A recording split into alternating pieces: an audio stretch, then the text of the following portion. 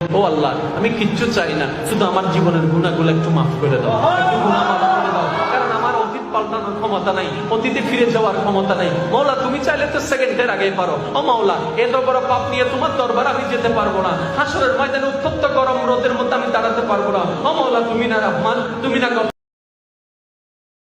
যে ব্যক্তি সুবহানাল্লাহ বলবে, আলহামদুলিল্লাহ বলবে, লা ইলাহা ইল্লাল্লাহ বলবে, আল্লাহু আকবার বলবে, মিজানে দাঁড়িপাল্লা তার জন্য পরিপূর্ণ ঘোষণা করা হবে। আসমান জমিনের মাঝখানে যত খালি জায়গা সব সওয়াব তার আমলনামায় দিয়ে দেওয়া হবে। আজকে একটা জিনিস শিখে যান, বেশি মন খারাপ হলে যখন দেখবেন বেশি ভালো কিছু লাগছে না, একদম দুনিয়াদের অশান্তি লাগছে, হেডফোনটা কানে লাগাবেন, প্রত্যেকবার যেভাবে লাগান। আপনার কর্ডটা মোবাইলে লাগাবেন, প্রত্যেকবার যেভাবে লাগান। আপনার মোবাইলে ঢুকবেন, প্রত্যেকবার যেভাবে ঢুকেন, কিন্তু আজকে একটু ভিন্ন স্টাইলে ঢুকবেন। সেটা হচ্ছে ইউটিউবে গিয়ে আপনি সূরা রহমানটা বের করবেন, সূরা রহমানটা বের করে আপনি তেলাওয়াত ছেড়ে দিবেন, চোখটা বন্ধ করে 10টা মিনিট আপনি শুনতে থাকবেন।